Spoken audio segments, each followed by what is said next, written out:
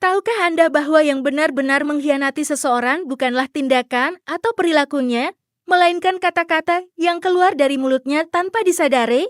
Banyak pria mencari tanda-tanda perselingkuhan di telepon, saat kencan, atau bahkan dari tatapan mata mereka. Tetapi yang mengejutkan, bahasa saja sudah cukup untuk mengungkap semua yang tersembunyi.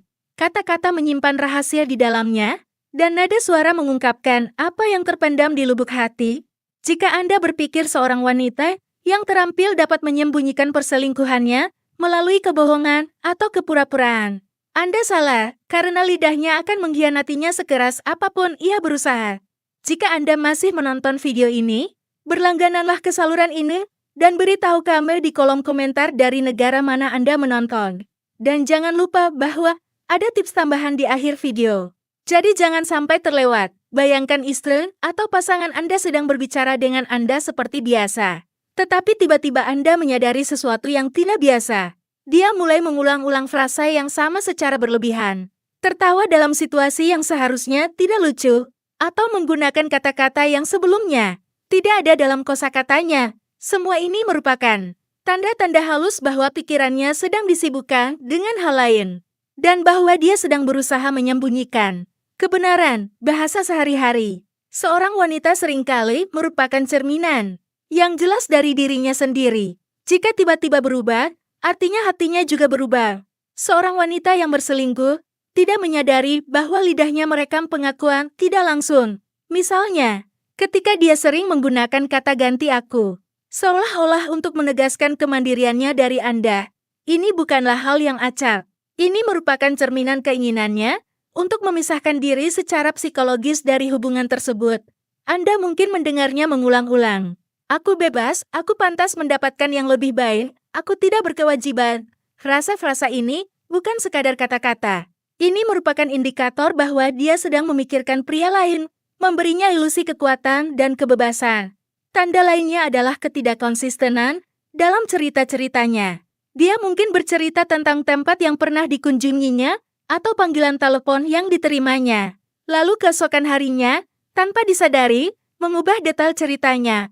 Kebingungan bahasa ini jelas merupakan pengakuan pengkhianatan. Karena seorang pembohong membutuhkan ingatan yang kuat untuk mempertahankan kebohongannya. Sedangkan kebenaran tidak perlu dihafal. Demikian pula, ketika seorang wanita tiba-tiba mengajukan pertanyaan yang menyinggung seperti, "Kamu dari mana saja?"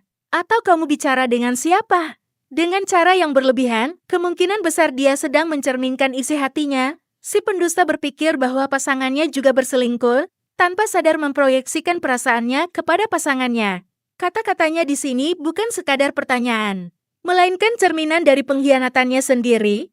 Perhatikan juga perbandingan yang tiba-tiba muncul dalam ucapannya. Ketika dia mulai menyebut pria lain, entah rekan kerja atau bahkan orang terkenal, dan berkata, "Si Anu lebih peduli pada istrinya daripada kamu," atau "Si Anu tahu cara memperlakukan wanita," sebenarnya dia sedang mengungkapkan kekagumannya kepada seseorang dengan cara yang halus. Perbandingan linguistik ini adalah senjata berbahaya yang menunjukkan bahwa hatinya mulai menjauh darimu. Ada juga perubahan nada suara yang tiba-tiba suara. Wanita yang selingkuh biasanya bergetar ketika kamu bertanya tentang detail harinya, atau ketika nama tertentu disebutkan secara kebetulan, kata-katanya keluar terbata-bata, atau lebih cepat dari biasanya. Ini bukan sekadar gugup. Ini pertanda rahasia yang dia takuti akan terbongkar. Keheningan tiba-tiba adalah tanda bahaya lainnya, ketika dia menghindari menjawab pertanyaan sederhana atau menjawab dengan satu kata. Dia menghindari menghadapi kebenaran. Diam terkadang lebih fasih daripada kata-kata.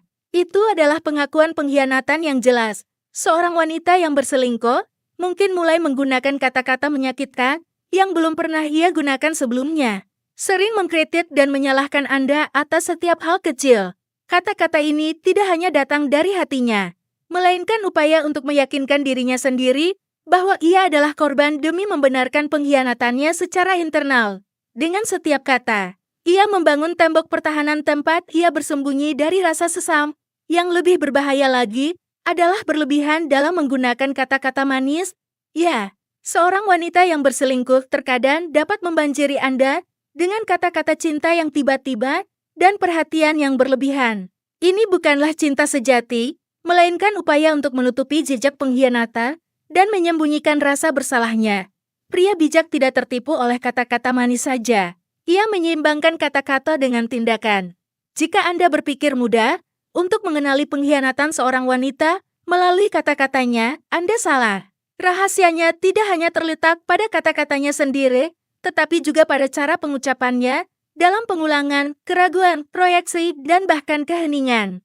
Bahasa itu seperti cermin, dan jika Anda belajar membaca pantulannya, Anda akan mengetahui kebenaran tanpa bukti fisik apapun ketika seorang wanita mulai menggunakan frasa-frasa menggelak seperti, "Aku tidak ingin bicara sekarang, ini tidak penting," atau "Kenapa kamu banyak bertanya?" Ini bukan sekadar suasana hati yang buruk. Ini adalah upaya untuk menghindari kenyataan. Orang yang jujur tidak takut dengan detail. Sementara pembohong menyingkat pembicaraan agar tidak terbongkar. Tanda lainnya adalah seringnya berdalil.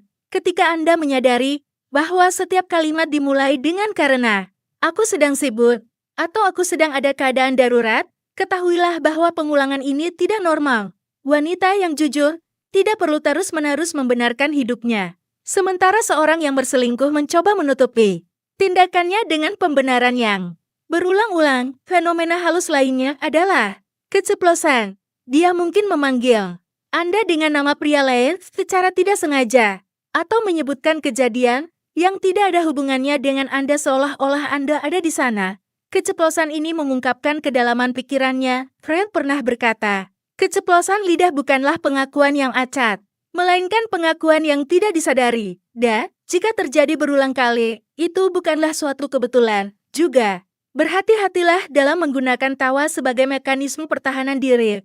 Ketika Anda menanyakan pertanyaan langsung tentang harinya, dan dia tertawa berlebihan, atau mengalihkan topik dengan lelucon, ini bukanlah bukti selera humornya, melainkan ketakutannya akan ketahuan.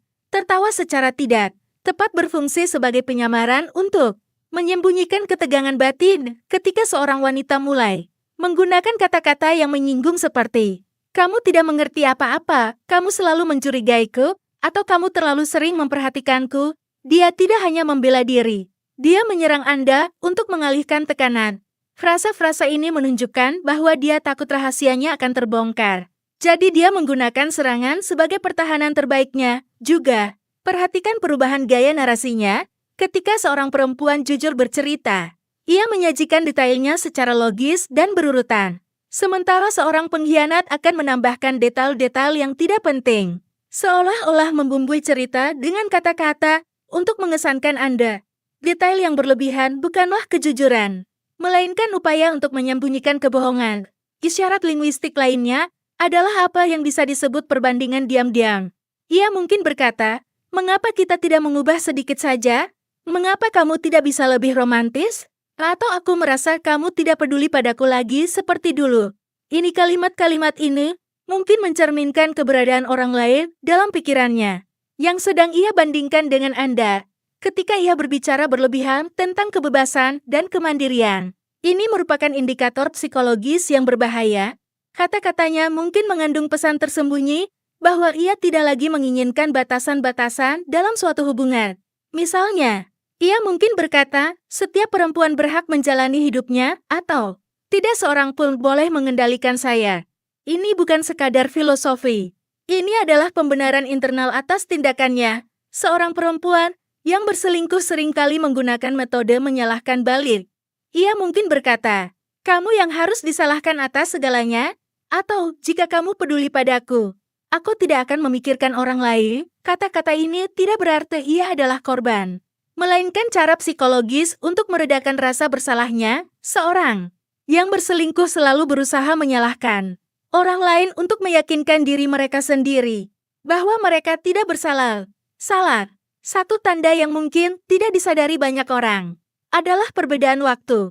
Tanyakan padanya tentang sesuatu yang terjadi beberapa hari yang lalu, dan Anda akan mendapati dia mengubah waktu atau tempat. Misalnya, dia mungkin berkata, "Aku di rumah temanku jam 5, lalu di lain waktu, aku di rumahnya jam 7. Ketidakkonsistenan sederhana ini cukup untuk mengungkap kebohongan. Seorang wanita yang berselingkuh mungkin juga tiba-tiba melebih-lebihkan pujiannya kepadamu. Dia mungkin berkata, "Kamu pria terbaik di dunia, Tidak ada yang sepertimu, frase yang belum pernah dia gunakan sebelumnya. Kata-kata ini tidak selalu dipahami sebagai cinta, melainkan mungkin merupakan cara untuk menebus rasa bersalahnya dan meyakinkanmu tentang kekuatan hubungan. Sementara jauh di lubuk hatinya, dia tahu sebaliknya, secara psikologis. Ada sesuatu yang dikenal sebagai bahasa tubuh. Dalam kata-kata, ketika seorang wanita yang berselingkuh berbicara, kata-katanya mungkin terasa lebih cepat daripada napasnya. Atau dia mungkin menyela dirinya sendiri. Terkadang, dia mengulang kata yang sama 2 kali atau lebih. Seperti percayalah, percayalah, aku tidak melakukan apa-apa, pengulangan ini bukan berarti tidak bersalah, melainkan upaya persuasi yang berlebihan. Dan jangan lupa bahwa kecurangan tidak terungkap hanya dengan 1 kalimat, melainkan melalui serangkaian frasa dan perilaku linguistik. Anda mungkin mengucapkan kata-kata yang tidak berarti apa-apa. Tetapi jika Anda melihat pola berulang berupa kebohongan kecil, banyak alasan, serangan mendadak, pujian berlebihan, atau keheningan yang canggung, ketahuilah bahwa ada rahasia di balik ucapan tersebut. Terakhir, nasihat terpenting, jangan hanya fokus pada kata-katanya. Dengarkan apa yang tersirat di dalamnya. Kata-kata memang terucap, tetapi apa yang tersirat itulah yang mengungkapkan. Ketika Anda merasakan kesenjangan antar apa yang Anda dengar dan apa yang Anda rasakan, percayalah pada insting Anda, terkadang hati lebih jujur daripada pikiran. Dan isyarat verbal hanyalah bukti tambahan yang menegaskan apa yang awalnya Anda rasakan. Ingat, tujuan mengenali tanda-tanda ini bukanlah untuk memata-matai atau menjadi paranoid, melainkan untuk melindungi diri sendiri dan memahami hakikat hubungan. Kata-kata tidak pernah berbohong. Anda hanya butuh telinga yang tahu cara mendengarkan.